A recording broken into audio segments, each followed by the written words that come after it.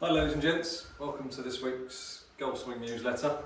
I hope you had a good week of golf. Hopefully you looked at some of the videos we had to offer in the last newsletter. Hope it was of some worth to you.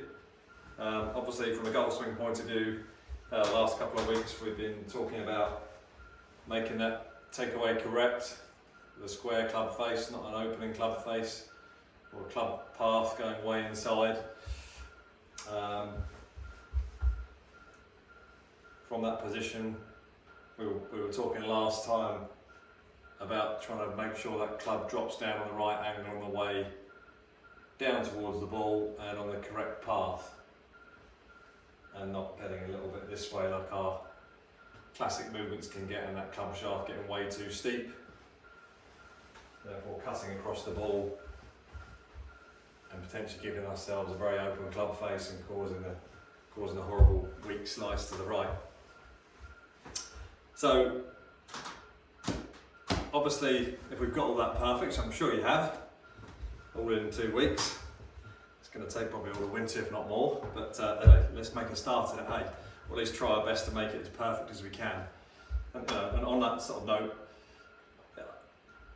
if we improve your positions by 10%, that will make a huge difference to the result of your golf shot out on the golf course. It hasn't got to be perfect to play perfect. So if you are videoing yourself after 2 or 3 weeks of maybe experimenting and trying to improve your golf swing, if it doesn't look perfect, it's not going to, especially not at this stage. But hopefully you'll start to notice how it's performing. You might just start to see a little bit of a straighter shot more often, maybe less curvature on the bad one, perhaps maybe a slightly better quality of strike, maybe a little bit more club head speed, maybe balls just flying a bit further. All those tiny little things you might notice. You might not notice immediately that your scorecard is 6 or 8 better, but hopefully the quality of your golf shot is becoming better, and this is what we're really looking at this stage and going through winter, is improving the raw technique. So today you can see we've got the good old-fashioned smash bag. It is absolutely fantastic, especially for what we're going to do today. Is obviously bringing that club, as we started last week, bringing that club down correctly into the start of the downswing towards impact, and today we're looking at impact, and a lot of us tend to get that wrong. Obviously if we've taken the club away, we're getting the club on a good plane on the way down on a good path. That makes obviously impact a heck of a lot better. But even if we're not quite perfect in those areas, by trying to find the perfect impact can make up for an awful lot of flaws that may have gone in the setup at the top of the backswing. As we know, we watch it on telly, some people's golf swings who are highly successful maybe don't look technically correct, but when they all stop to impact, they're all pretty much perfect.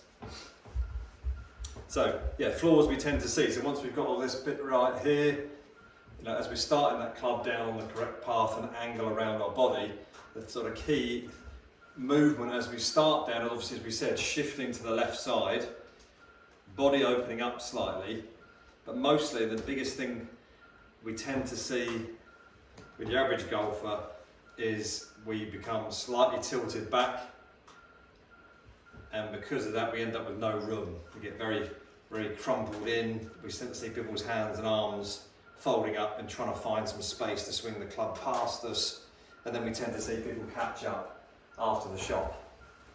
Not sure if that resembles yourself. So to try and lessen that problem, improve that problem, make perfection in that position of impact, is as we start that downswing, yes, we've got to shift into that left side to the point where I'm almost bringing my right foot off the ground, but we've got to get the hips open up as best we can. We're not all absolute athletes, but even if we can just improve that again by a 5 or 10 degree turn increase open towards the target, it's going to give us a huge benefit. But most of all, even if we can't get much turn, the key to me is just trying to make sure we get the centre of the chest with an iron strike right over the top of the golf ball. That forces the club then down into impact rather than upwards, and then we can make a really solid strike at impact. So I bring myself back to impact there. Bodies, this is where I've frozen at impact. Body's rotated, weight's all the way onto my left foot, right foot's coming off the ground. But most importantly, my centre of my chest is right over where the golf ball was, or the smash bag was. and my club shaft is leaning towards the target. So if we haven't all got a smash bag, you can get an old couple of pillows, stick it inside a sack. But yeah, you can buy these very cheaply. Come and see us or see them on the internet very cheaply. And all I've got in here is some old pillows. But it's great, especially at this time of year where you can't get out and practice or hit so many balls. You can see your positions hopefully in a mirror or on a video like this, finding those positions we've spoken about, and then you can go into impact. And obviously the resistance of the smash bag stops us every time at impact, and it's going to show us a good sign of how we were as we struck the smash bag. And if you repeat that enough, that's going to become second nature to you, part of your swing. So when you go out and hit balls, you'll be finding more speed, you'll get a much better quality of strike, and again, as we've spoken all the way through, a much squarer club face and a much squarer path through to the target. Okay? So yes, we want to polish up that takeaway like we said. Yes, we want to set the club better and start the club on the correct path.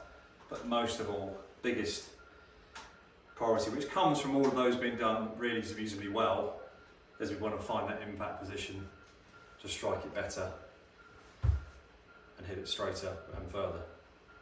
Okay, so yeah, if anyone's looking to get a Christmas present on top of the shopping list, smash bag at this time of year, in the garage, outside, go and hit into that for 5 or 10 minutes a day whilst thinking about these movements we've spoken about in the last. If you haven't seen the last couple of videos and you've just jumped in here, it would probably make more sense if you see week 1 and 2 before this, which might help string it all together for you.